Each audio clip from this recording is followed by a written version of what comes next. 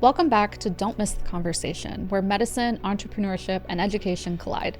Today, we bring in two special guests who have really done all of this and one-upped us. They're bionic babes with ICDs. Those are implantable cardiac defibrillators. Yep, that's right, a little device that literally shocks them out of lethal abnormal heart rhythms and has saved their lives more than once. They were diagnosed with a deadly and disabling heart condition as teenagers called HCM. Hypertrophic Cardiomyopathy, where the muscle portion of the heart is thickened and unfortunately can cause those life-threatening arrhythmias. For Bethany and Hannah, surviving was just the beginning. They decided to channel their experiences into something bigger, building a nonprofit organization, HeartCharged, that makes a real impact. Hours and hours of content creation and campaigns to help others like them feel seen and educated. On paper, this looks effortless. Invitations speaking for billion-dollar companies, being part of impactful legislation for accessible AEDs, serving on international councils, and a number of patient advisory boards. They make short films, get featured on the cover of magazines, curate powerful social media campaigns. The headlines make it look like funding and support just follow the visibility. But anyone who's built a nonprofit, which is a business, knows the reality is far more complex. Organizations brag about being involved, leaders ask for favors, advocacy, and insight, often without giving them a single dime of support. Today's conversation is about what really happens behind the scenes, how to use those funds wisely and strategically, how to structure a nonprofit for sustainability, decisions they would have made differently if they were starting over, and why they continue doing this work despite the huge workload and unpaid labor. By the end of the episode, you'll walk away with a clear understanding of how nonprofits actually operate, practical guidance for starting and funding one, insights on building a community that truly impacts, and tips for supporting nonprofits effectively. We hear survivor stories all the time, but what we rarely hear is what happens after the applause, when you decide to build something meaningful and realize that good intentions alone don't pay invoices. Let's dive in. Welcome back to Don't Miss the Conversation. Before we dive into the heart of the conversation, I want our listeners to meet the people behind the work. Bethany and Hannah, tell us your name, what you do outside of HeartCharged, one word that captures this chapter of your journey. I'm Bethany Keime. I am the co-founder of HeartCharged, and right now I'm solely focusing on HeartCharged. And one word that captures this chapter of my life is resiliency. Amen. I'm Hannah Keime. Outside of HeartCharged, I'm a freelance filmmaker. And one word to describe this chapter of my life is no. Because it's hard to say no? Yes, yeah, because I'm a yes person, so. It's a tough spot to be in, right? When we don't want to let anybody down, but you let yourself down, if you don't say no sometimes. Do you mind telling us a bit about, well, first of all, they're sisters. I didn't clarify that in my intro, so they are related. That is why they have the same last name. Not everybody does. Do you mind telling us a bit about HeartCharged and its overall mission? Yeah, so HeartCharged, our mission is to end preventable deaths from sudden cardiac arrest or undiagnosed heart conditions and patient-to-patient support. So running a nonprofit often involves really tough business decisions that sometimes have nothing to do with the overall mission you're doing. It's just the necessary evil, right? Walk me through one of the hardest decisions you've had to make just to keep HeartCharged alive, and what did it teach you? I think for us, so to preface, I have a degree in film. Bethany has a degree in dance. So we didn't go to business school. We didn't, learn how to run a nonprofit. We really wanted to, we started as an Instagram account to just tell our stories and to make people know that they weren't alone and that young people can have heart conditions. And so I think for us, we set out to do good, and then we realized, oh my gosh, there's such a need. And I think for us, the biggest, decision that was hard for us is realizing now that we're really focused on HeartCharged, sometimes we had to take our career maybe in the back part of hey, if we both work full-time in other jobs, we're not going to be able to fill that need that patients need. And I think so we've kind of altered, we started it when we both were in school, but that was a lot of work and late nights doing it. And we were both still trying to make money on the side and doing different jobs. And then now it's okay, you had a full-time job. I'll take a more backseat so I can do more HeartCharged stuff and be able to say yes to more opportunities for things. So I think that in our personal, I think has been the hardest because, we're putting in our time, but we also do need money, to keep, feeding ourselves, maybe buying shoes, and clothes, and different things like that. But I think that was, the hardest, for us to kind of realize how much time, because when we started it, we didn't realize, and we knew there was a need, but we didn't realize that until we started meeting all these patients and going, oh, wow, like this is a full-time job. Yeah. And it is just you guys. So Yes. when something needs to get done or something's on the to-do list, there's literally nobody else to do it. It's just not going to get done until you do it, essentially. Absolutely. And it's not easy, even though it seems easy. Probably on the outside to me, it seemed very seamless. You guys seemed very experienced. So when I asked you and you were like, no, and we need a CPA, we need these things. I was like, oh, okay, they don't have it together either. Neither do I. Yes, We're all just figuring it out. And like you said, you wanted just to serve and help other people. And definitely in the beginning, it starts that way. And we all start with good intentions and this big plan and then realize how much time it takes. So bring us to a moment you realized the importance of setting those boundaries and protecting your personal time, because your whole life can't eat, breathe, and sleep serving other people. Right? So how did that change the way you approached your work if you were able to set boundaries? I think we're still setting them. Yeah.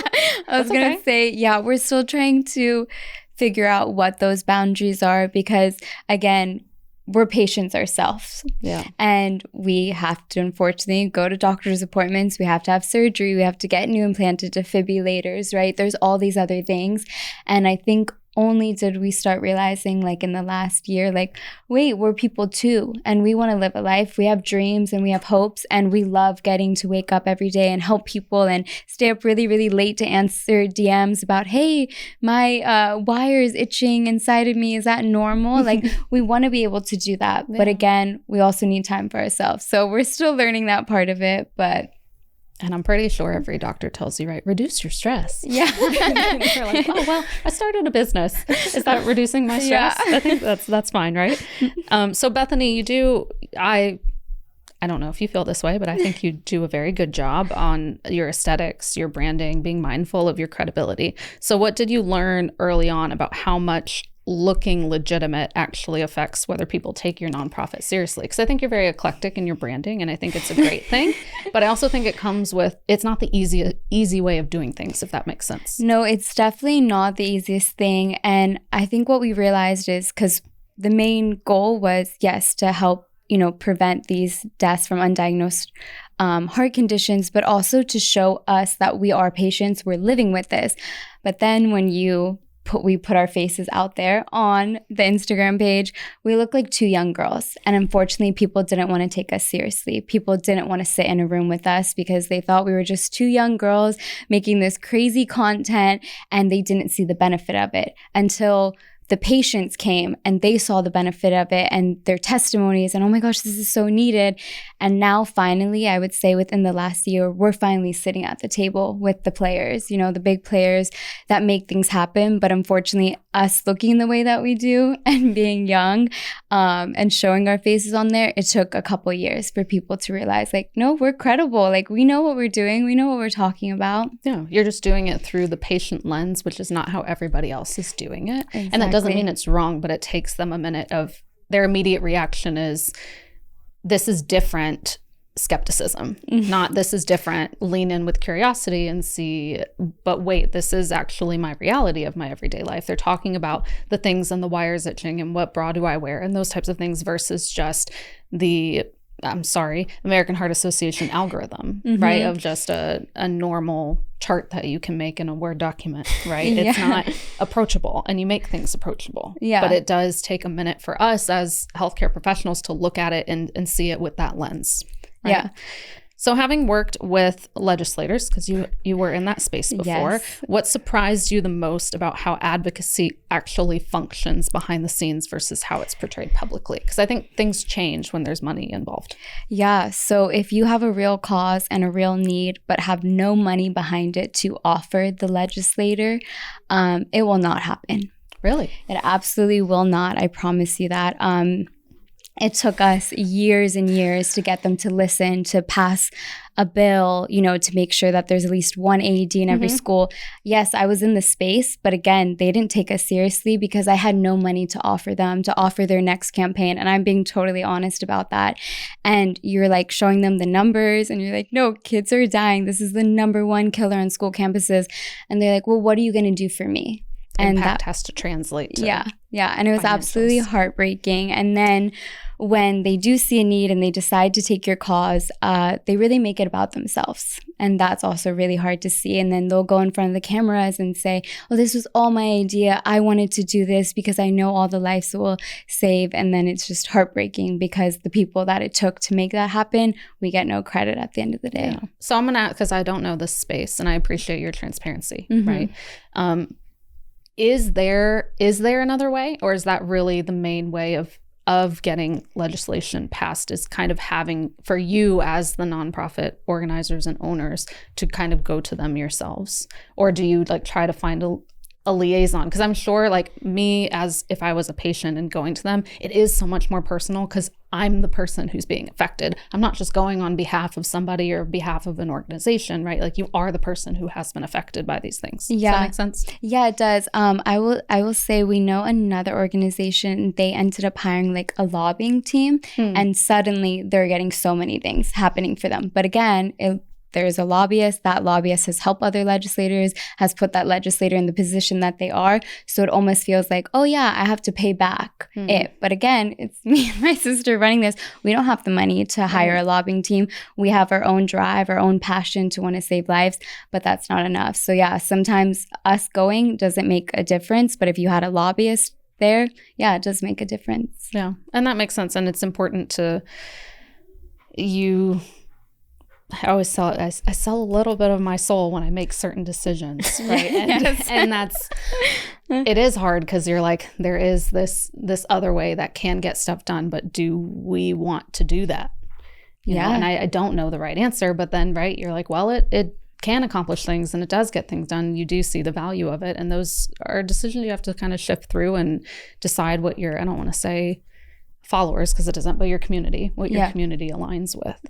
I was getting irregular heartbeats, like arrhythmias, like recorded arrhythmias, because during like when we were really trying to push the bill, and it was like recorded on my heart monitor, like one of the calls we had where they were like, no, you're not, like a bunch of no's. And I was like, you know what, for my health, I'm gonna step back from this political realm and I'm gonna do the stuff I enjoy, like the filming and the content, because I was like, this is not worth it. Like I shouldn't be fighting this hard for something that, like, we weren't benefiting from the bill. We just wanted to help save kids' lives and have the stuff that we wanted to see when we were in school in this state. But like sometimes, like you said, I prefer my health better than right now. And sometimes that's part of it, and it's okay to bring in a lobbyist, right? To bring in other people if it means protecting your peace. Right. And because you are the people who run things, I want you to still be here running it, not at the expense of selling your soul. Yeah. Right? So kind of piggybacking off of that, what is a no that you wish you had said earlier? I think stepping back is a way of saying no.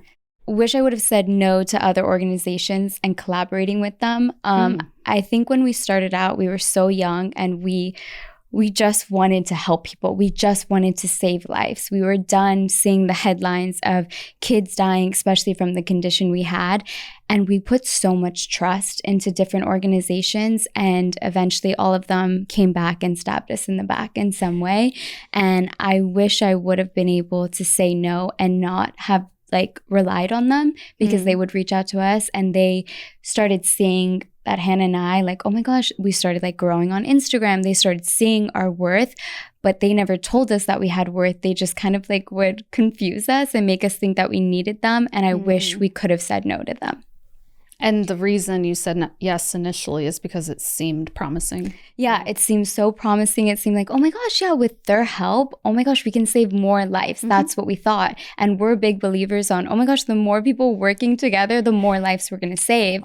So unfortunately, all of those people that we set out with in the beginning, it didn't work out like that. Which sucks, you know, and it's disappointing because they're they're the loudest on the good that they're doing, but they're not the ones doing the good. No, absolutely. You have that so perfect. Yep. No, I see it too. And they, even from my perspective with large companies, none of them said yes when I needed the yes initially, or just information. Like I wasn't even asking for anything, just like, hey, can you give me a little more information on this? Da, da, da. But then once you are successful and have a platform, suddenly they're coming back and you're like, well, I did it without you. Thank you. Yep. But they're like, but we helped, right? You could tell yourselves that, but sure. Hannah, as a filmmaker, you understand the power of story, and I've seen you work in that space in some of your short films. How do you decide what stories you tell publicly and what stories you keep private? So walk me through your thought process on how you balance impact with discretion, because a lot of it is the worst times in people's lives. Yeah, and I think that's hard because there is like, you know, I think a reputation for, oh, you're a patient content creator. Is this just like all sad, you know, stuff for clickbaity things to be like, oh, I'm in the hospital again and stuff. There's not much we keep, you know, private. I think when we began this, there wasn't many heart patients on Instagram sharing their stories. And me and my sister just really wanted to make a safe space and be like, hey, you're not alone. And if it takes us having to put more of ourselves out there for it to create a space where you can then share or talk with your friends. I'm not saying that you have to share it on Instagram, but that you just feel more open to talk with like people, because obviously you can tell it's a non-visible condition, illness. So you can't really tell sometimes on the outside that somebody needs help or accommodations or has a problem. So that's like, for me, it's been more like, you know what, if it takes, and there was a video, which is me getting shocked by my implanted defibrillator on stage. And it's a very vulnerable video because it's something happening to me I have no control over. And, you know, we shared it like a few years ago, and you know, it got to people, it reached people to actually help people who had been shocked and like gave them like the courage. And then we had a feeling like, let's put it again, but make it shorter and, you know, make it things. And we like posted it on TikTok. Yeah, it has 1 million views on TikTok. Other comments saying, why do people make devices? People should just die. You know, and reading that as somebody who's had my ICD save my life, you know, depending on what my mental health is, I'm not reading those comments on that day. That's a no. That's a no. You're like, I don't really want to engage in that. But then I found a lot of people who were like, oh, my dad had this, or I'm just about to get a surgery. Should I be watching this video?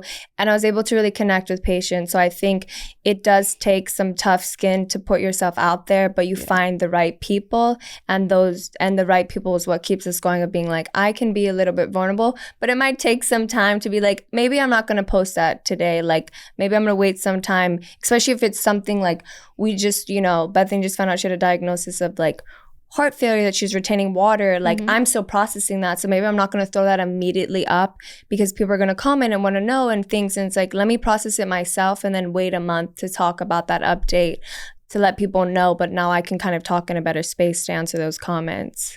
And it's, again, because you're the one running things, so you're the ones reading it, right? If you don't have a social media person filtering through that, you want to respond to the people who need your response, right? But through that, you can't unsee what you see. And once you read it, unfortunately, it sticks with you forever, right? Like I remember things I read 3 years ago when I put out my first book, and it's annoying that it stays there, right? But it stays there. But you know, like in your soul, it shouldn't make you stop what you're doing. But there are moments you can be thoughtful of your mental space at that time, right? This is not the time for me to post this for me. I know it'll help a bunch of people, but so it still will in 3 months, right? And I think that's important, a boundary for yourself, you know? So good job on that, because it's hard to self-edit sometimes and you guys are very honest and transparent, you know? So I imagine that's difficult sometimes. Is there besides that post, because I'm a healthcare professional, and when I watched it, I was taken aback. I've only seen people shocked that I shocked. I've never seen it happen without like context, right? You were in the middle of a performance and it's very jarring, but I also think it's very important for the public to recognize what just happened. You know, most people think, oh, that she's having a seizure. It's like, no, she's not having it looks like that, yes, but that is not what is happening, right? Is there a specific campaign where you had to be careful not to exploit someone else's trauma? Because you guys do talk to other survivors and you share other survivor stories a lot. how do you kind of walk through that with someone? Is everybody pretty willing to share? People are willing to share. I think sometimes what we find the hardest is just like making, because for us, like every year is adding to our, in a sense, diagnosis story and stuff, especially when you're living with a heart condition.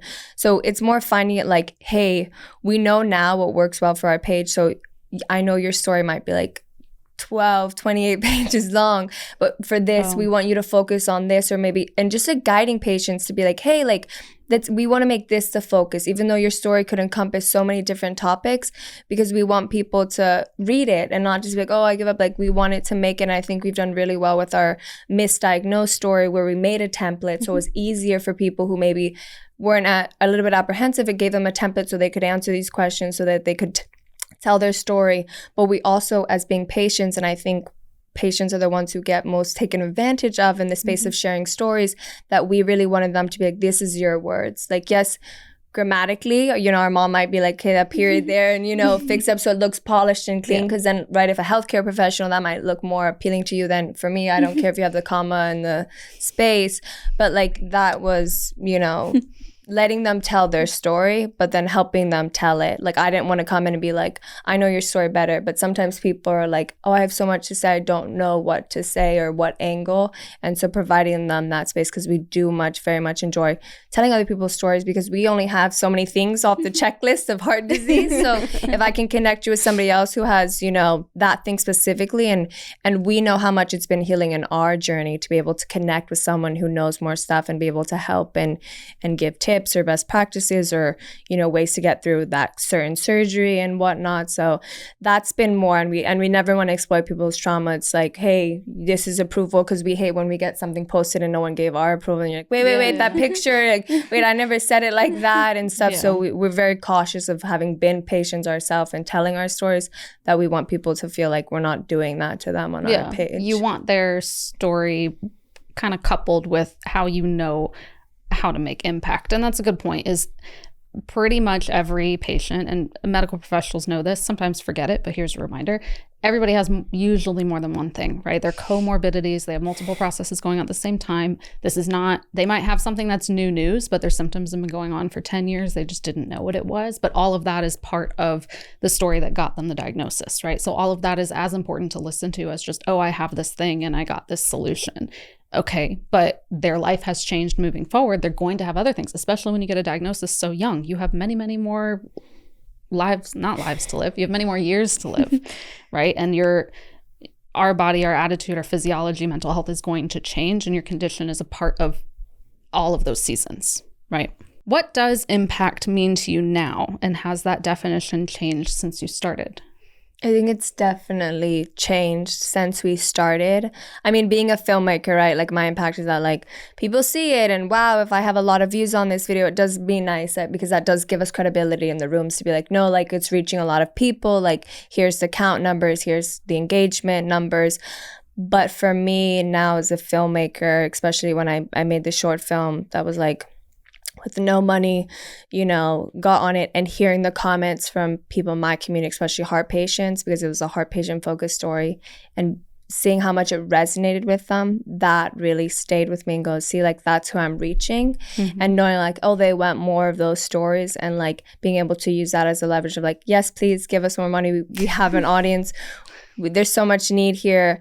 And like, that really has meant like the one. And we always started with wanting to, if we could save one life, we accomplished HeartCharged, we could retire, like, we're done. And we've reached that point. Yeah, but you're like well beyond that. But when it's so personal through Instagram, where I know these people by name, and like I've become connected, like, that's what really impacts me most, of like, wow, I've really played this somehow part in this person's world. I don't even live in the same country as them, and I've played an impact, and that's really meant a lot. So it definitely has changed, because in the beginning, you know, you kind of have like, what does success mean? What does this mean? And then really connecting with the one has made us keep going, and really is what fills our soul with joy to, even when the days are hard, you know, it's those people that we know that keeps us going. And I think that's important, because it isn't going to be for money or glory or fame, right? Like, none of those things are going to come. Is you have to care about when you're not getting anything from it, right? What value are you bringing at the end of the day? And I don't know if you guys realize, but you are very powerful liaisons between people, because there are a lot of things, even as a patient myself, I think of all of the things I wanted to ask my physician when I walk out the door. And I'm like, well, I can't just call them and ask them, right? But I can ask somebody else who has a similar experience or has asked these questions before. And you're not giving medical advice, right? But you're a good liaison and support in ways that they understand. Or they say, hey, this is how this was described to me. And they might not think it's a big deal, right? And they go home and they find you guys and say, oh, they have this thing like me. Hey, this thing that happened, is that like an important symptom? And you can go, yeah, that's not normal, right? But so many people walk around not knowing that if they don't see somebody who looks like them around their age range who has the same condition, because they constantly get shown the door, right? Oh, it's anxiety, you're growing, this is normal, We have all heard it. All of us young women have heard it usually, right? Yeah. All right, what's one marketing decision you made that cost almost nothing, but had an outsized impact for HeartCharged? What was it and why did it work? Because you do some interesting things. I mean, everything we do is like not really funded. It's just us, getting whatever resources or maybe small money that we have to do it. But I think it was our Flash the Boobs to Save a Life campaign. And that's one I remember. Yes, I think people now associate us with flashing the boobs and HeartCharged very much now. Like we were at a conference recently and then somebody was like, oh, I'm having dinner with the HeartCharged sisters or the HeartCharged girls, whatever they call us. And they're like, oh, those are the Flash the Boob girls. It's like we didn't set out. Yeah, it was like one time. But we knew going in, we made a decision with that campaign beforehand. We knew, okay, there's a need. Women are dying because of these two reasons that every woman has. Everybody has flesh of tissue right there, right? Why are we making it such a big deal? So we knew going in, we'd probably get some pushback, but what did we set out to do with HeartCharged? We set out to save lives, and we set that out and we marketed it. It has reached tens of millions of people. People use the videos we've created in their trainings. People talk about it. This year, finally, the American Heart Association is showing nipples and boobs in their training. I did notice that. Right? And I didn't think about it. And then, but you realize it's slow things that you have, they're ripples, right? Slow impact that you have. And I think it's because we constantly kept bringing it up and nobody because the research has been there for like 4 years and like nobody was saying anything about it. And then now, because I think we weren't stopping, then people were really resonating with it and people are now like, buy female mannequins. More female mannequins are being made because of it. No company was making female mannequins before we started saying something. Yeah. And now they're profiting off of what we were saying. Yeah.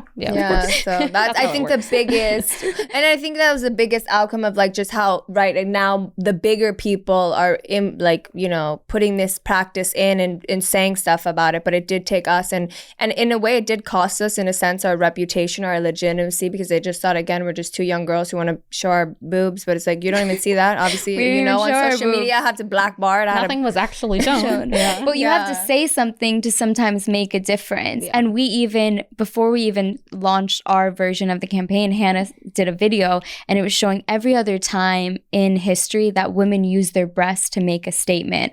And it was an impact. And you saw every time those women use their breasts to make a change and make a difference. Why couldn't we do the same? And I said the same about the breast cancer campaigns. Or the F cancer campaigns. Same kind of thing is when, I don't know, I guess you call it disruptive, but just something that stops the scroll a little bit, right? And stops the drowning out that we hear of the same thing over and over again. And for those who don't have context, a lot of the times, even when I'm taught CPR and ACLS, it's on male mannequins. And a lot of people hesitate to give CPR on a female for that reason. They hesitate to actually take off the bra, which you need to get good placement of the pads to shock them, right? It's everything that we learn on the male side, but we don't apply the same on the female side. And it does lead to poor outcomes, right? And that has been proven time and time again. So I think you are changing that a lot. And thank you for doing it and reposting it anyway, because it's hard to continue to do it sometimes when you have seen some of the backlash of we need to lean into this a little bit, even though it's a little uncomfortable for us and frustrating to continue to prove your credibility otherwise, right? When you have done all of these other things. But now at least there are more eyeballs on it that weren't on it before, right? So for someone who feels called to start a nonprofit, what is the first unsexy thing that they need to do before posting about it? Whether you before they post, they gotta find an accountant, pay that federation fee, that paperwork. I mean, the thing is, again, because we try to find $500 laying around to start one. Like to find like the cost is like we're the ones, especially Bethany's like filing the taxes every year, like ourselves. Like we're doing all that stuff again. Like we don't have a degree in this. It's all learning. And I think like if there was something right, we would change. Like we didn't set out to make a nonprofit, and I think that's why we're so different than other nonprofits, because we were just like, we want to share a story on social media, use that power and utilize it. So right, like if you're making a nonprofit and you want a social media page, great, that's a good start to figure out what you want and doing it. But it took us a while to also even post and realize, wait, this is more of a need that people need than we thought and stuff. So yeah, it took us some time, but the unsexy thing is paperwork. Yeah, and I, as a business, I needed certain things from, I didn't even know what I needed, but and when people ask the same for me, they're like, can I have your W-9? I'm like, what is that? Right? Or so that they can write certain things off or have no sales tax or whatever. And if you're asking for money from people or you want to be ready for that, yes, that you need to have those things in place, right? Because GoFundMes aren't automatically a nonprofit. I thought they were. I used to give to them a lot, and my CPA was like, no, you can't use that. And I was like, oh, well, I didn't know, right? You need certain paperwork from these people. I was like, oh, lesson learned. Or even sites of like even finding the best site for us to get donated, because then we're getting small fees, like because we're getting small donations and then they're taking so much of a fee because you're like, oh, I got $300. Oh, it's not actually $300. And we can make a penny stretch. So if you want to donate, please donate to us because we can make your money go a long way. Yes, unlike bigger, organizations. But then even finding us, like for us, like a good thing is the PayPal Giving Fund. They like all of those donations don't take a fee, and that's been really helpful for us. But then sometimes people are donating through and thinking, no, please donate through here. So I don't have, so it's 3%, 10%. It goes away. I have the same thing with credit card fees and then fees for where you list certain things, and it chips away at it. And it adds up. Yes. Especially like when we started out, we're like, we need to pay just to keep our website up to date, right? Those are those small things, just to have an email, just to keep all those things up to date. Somebody would donate, right? Like $50 and we would get 40. And we're like, and that $10 we could have used for something else and made it go far. So. Yeah. Or you need to be comfortable when you ask, right, big organizations or mid-sized organizations what you want, right? If I want 300, I need 300, then I need to ask for 500, right? And have that mindset without feeling too guilty about asking for more. And you can tell them like, look, I get hit on fees and we can make a penny stretch and this matters.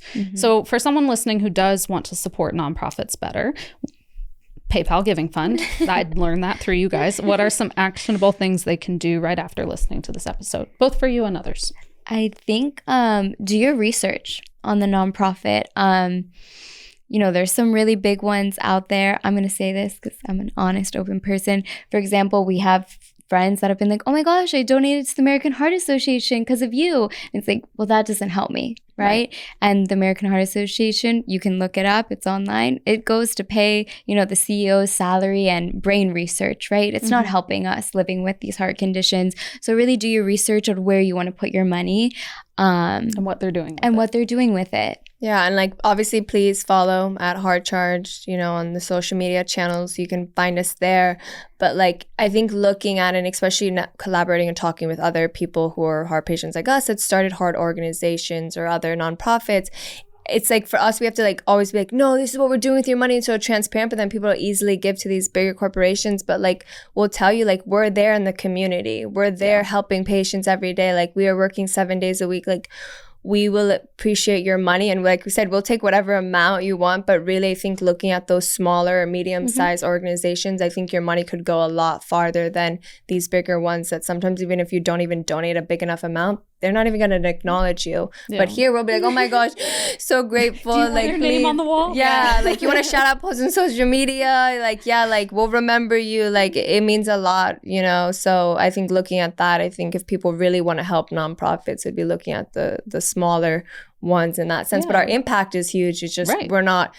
we're 3 people because it's us and our mom running it and stuff like that. But I think looking at that where you think your money could go a farther way. No, and I get that. It's the same with niche small businesses, right? People are like, well, you're only going to reach like 2,000 people. I'm like, and those 2,000 people need it. Yeah. So who cares if it's not a mass market thing? If you can make impact in that community, sometimes that matters more than a mass market thing, right? I'm definitely on board with that.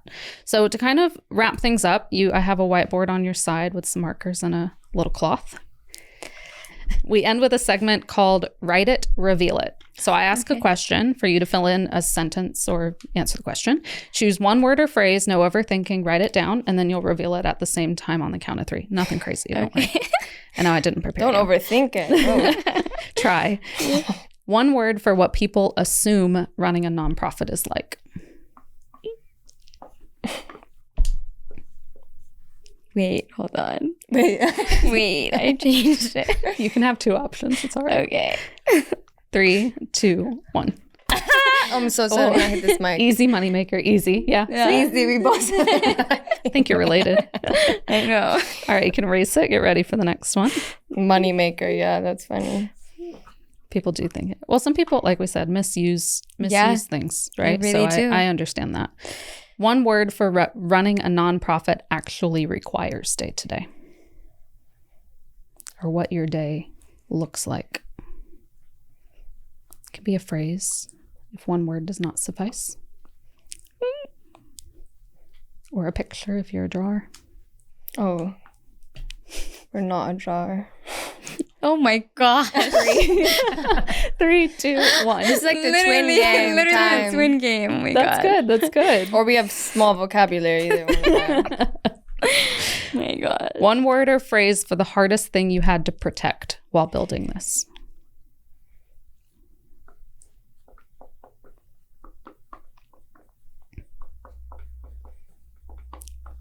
I feel like it's the same thing. It's the same. No, it is. I'm done. 3, 2, 1. Oh my gosh.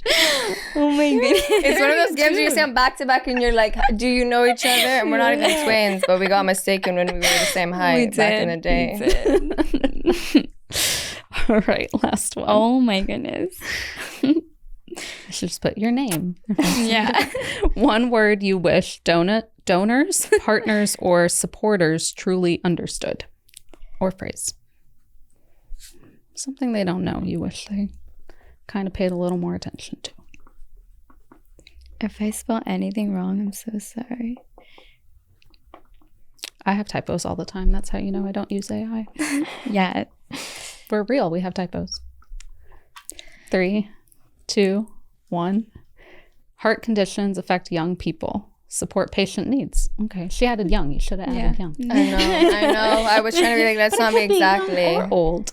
Yeah. I think people don't realize what exactly patients need. Like just me talking to somebody like, oh, that's like helps them a lot and things. So I think when you're donating, you don't realize like sometimes you need all these big things. It's like me just answering somebody's DM, like that's helping them with their mental health. You know, like you said, the doctor can't answer that. That's where we come in of like, we're here to support that journey of them. Like how many Zoom calls have we done in the last couple of weeks helping walk somebody through what an ICD surgery looks like, right? Nobody else is offering that. We're not getting paid to do that. It's just us wanting to help people. And people don't think that's a need. Yo, it's so scary to Google. I was told don't Google when I was had to get mine, you know? And that's right. That's small things that large corporations can't do. Yeah. You know, or don't produce money, right? So they're not going to do it. Not worth their time. So thank you both so much for your time and your honesty and your frankness. I know this is not something you talk about a lot. You guys talk about your story a lot, which I love to hear, but I wanted to show people a little something different so that they know where their money's going and the people behind the people that they're giving their money to. So I know you mentioned it a little bit, but just recap a little bit. Where all can we find you? Yes, you can find us. Our biggest hub is on Instagram at HeartCharged, so please follow us there. You can totally DM us. It's us who answers, or on our website at getheartcharged.org. Thank you for using that appropriately. Thank you so much for joining us. Make sure you like, share, and subscribe, and share everything about HeartCharged with your friends or family. I promise you, because I've given them money, that they make your money go a very long way and do have great impact. And if you have a patient that reaches out to you, if you're a medical professional and they have had an ICD, they're going to get one, or any type of really electrophysiology procedure, I would say, please connect them with them, because a patient can help a patient much more sometimes than I can help a patient.